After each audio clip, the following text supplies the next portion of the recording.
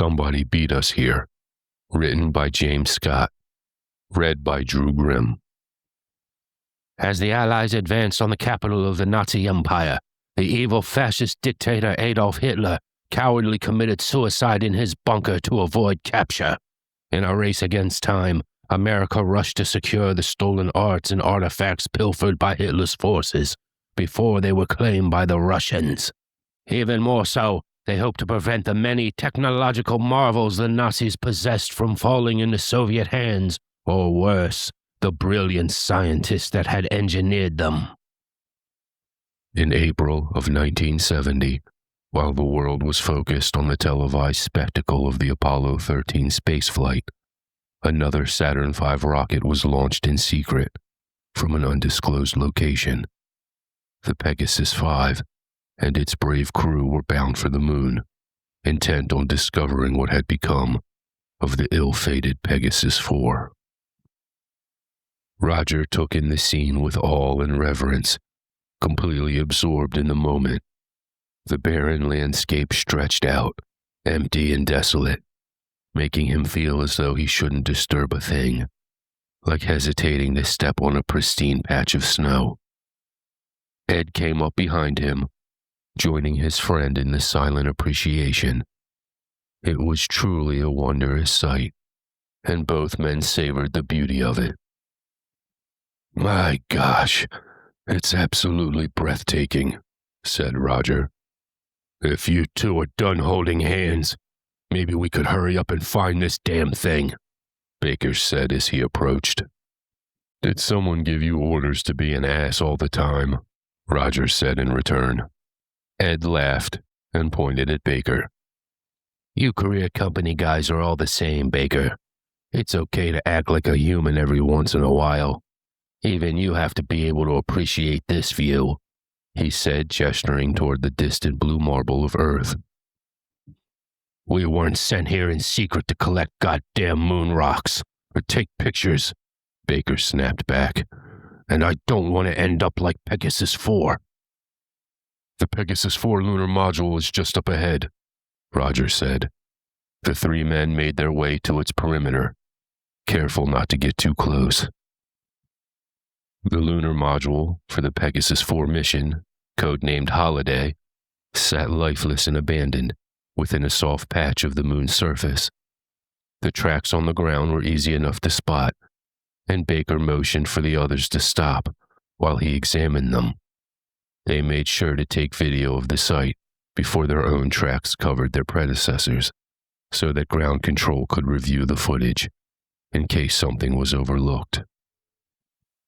At least two distinct sets of tracks could be seen overlapping one another around the Holiday.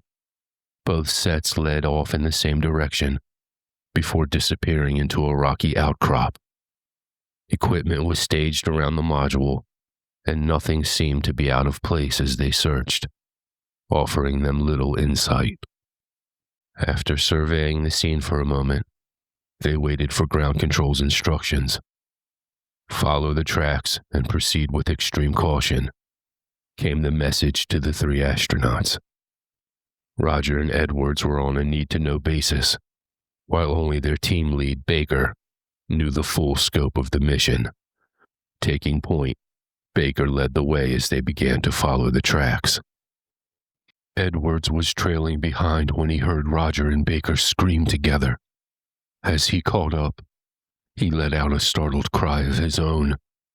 The three astronauts stood frozen, staring at a red flag emblazoned with a swastika fluttering from a pole. Inside mission control for Pegasus 5, the atmosphere buzzed with excitement. Scientists from every department packed in closely, listening intently to the mission updates. Howard Klein cautiously made his way toward three Germans he recognized from the propulsion division. As a fellow rocket scientist and the newest member of the team, he was eager to ask questions and soak up as much knowledge as he could. The Pegasus 5 mission was so top secret that many of the scientists involved had little idea what the other departments were working on at any given time. Being Jewish made Howard cautious to break the ice. 2 of the older Germans were ex-Nazis, smuggled over in Operation Paperclip. In fact, NASA had more ex-Nazi scientists than any other organization on Earth. Howard knew that the United States had pressed this advantage to beat the Soviets in the space race, but to his surprise, the 3 Germans greeted him warmly, smiling and nodding politely as he joined them. Speaking in a hushed tone, Howard began to ask questions. I'm obviously not as well briefed as you gentlemen. I was wondering if you could tell me a little bit more about what happened on the last mission. What happened to Pegasus 4? Howard said. Their once friendly expressions shifted to solemn caution as he began questioning them. The 2 older scientists politely excused themselves and joined another group listening to the communication channel. But to Howard's delight, the younger man, Otto, stayed behind to chat. I apologize for them. They are very strict and boring when it comes to discussing anything outside of current mission parameters. They barely tell me anything, so please don't take it personal. Howard smiled and extended his hand. It's been driving me crazy, trying to figure out what we're sending them up there for in secret. If the press ever finds out, NASA will wish they did fake the Apollo missions. Both men laughed as they shook hands, with Howard offering to buy Otto lunch in the cafeteria. The 2 young scientists left Mission Control and made their way out. The 2 young men bonded over pre-made sandwiches and cartons of milk before things took an interesting turn. Taking a bite of his ham and cheese, Otto began to spill the beans. The crew of the Pegasus 4 allegedly found evidence of another presence on the moon when they were exploring. Howard arched an eyebrow. Another presence? You mean like aliens? Both men began to burst into laughter. 9. Not aliens. They found evidence that some of the rumors floating around after the war were true. Howard still looked confused, prompting Otto to explain more. A lot of the rumors are far-fetched. Things like the Nazis finding Thor's hammer, or Hitler's obsession with finding a way to reach the gods in Valhalla. Much of it borders on fantasy. But you said they found evidence that some of the rumors were true, Howard countered. Does that mean? Otto cut him off. It would be very unprofessional for us to speculate. Otto finished his sandwich and used a napkin to wipe his mouth. He leaned into Howard and began to talk low. I've heard conversations in private about NASA finding something in Argentina. They've referred to it as an ark or gate. Some of my colleagues believe the survivors of the Third Reich used this ark to open a doorway to the moon.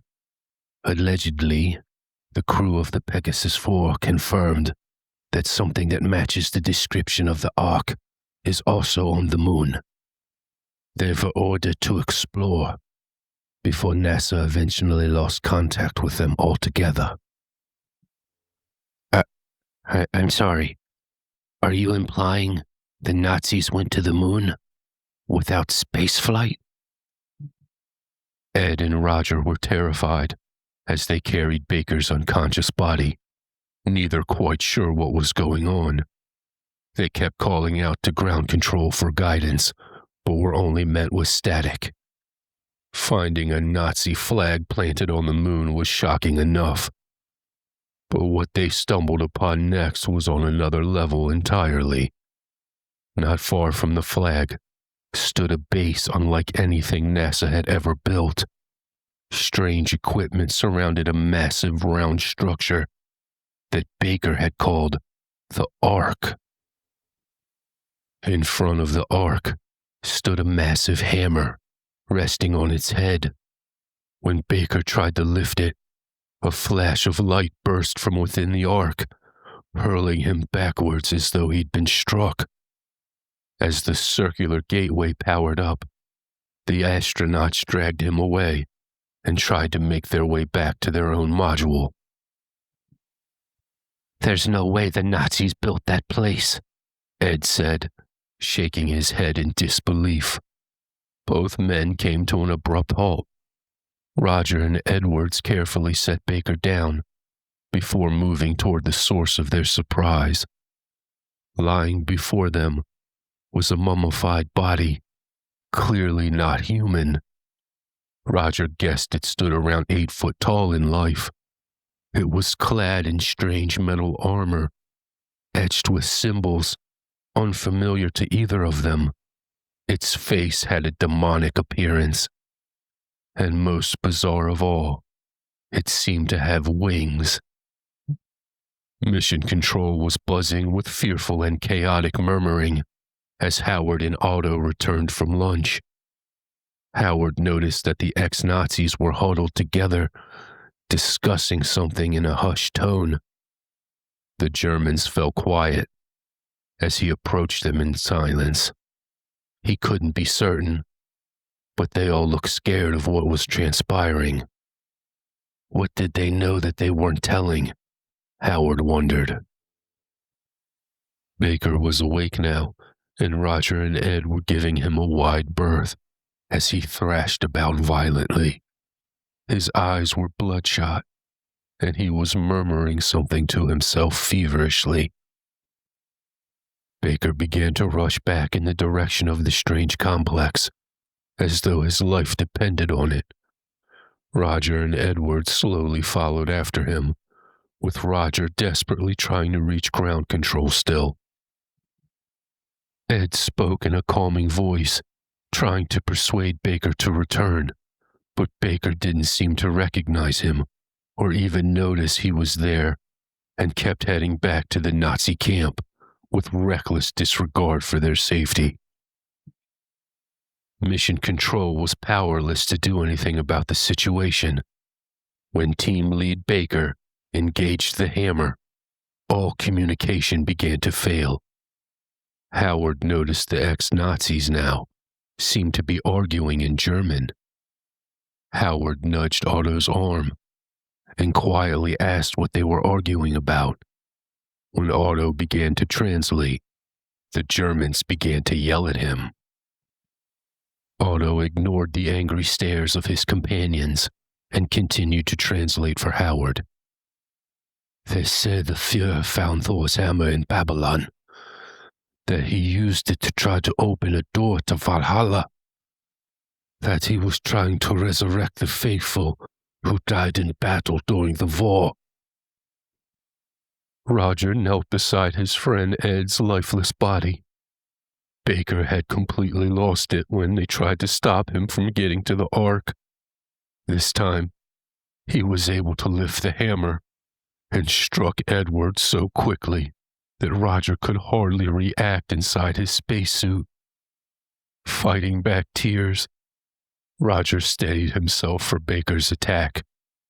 Even in his frenzied state, he doubted he could take Baker in a straight fight, especially with Baker swinging a massive hammer that had shattered Ed's face shield in a single blow. The Ark started to glow, and a portal opened. Baker crouched in front of it, as if shielding it from Roger, while a shadow crept across the portal's threshold. Roger did his best and charged at Baker, smashing the visor of his spacesuit with a moon rock. With a feral look in his eyes, Baker tackled him, and the two began to struggle. A lumbering form emerged from the gate and let out a horrid cry. Mission Control was completely silent as everyone listened in horror at the strange sounds. Communication had been restored, but none of the astronauts were responding. Baker quickly suffocated as Roger managed to get to his feet and stare at what had emerged from the gate. Its face vaguely resembled a human woman with the body of some sort of foul harpy. It stood 8 feet tall and wielded a giant mace. Unfurling its feathery wings, the Valkyrie caught sight of the only standing astronaut. With a wicked smile, she moved in for the kill. Apollo 13's successful failure was the last known attempt to walk on the moon's surface. All subsequent Apollo missions were fabricated by Stanley Kubrick. It would be more than 3 decades later that astronomers in Australia would claim seeing strange red lights coming from the moon.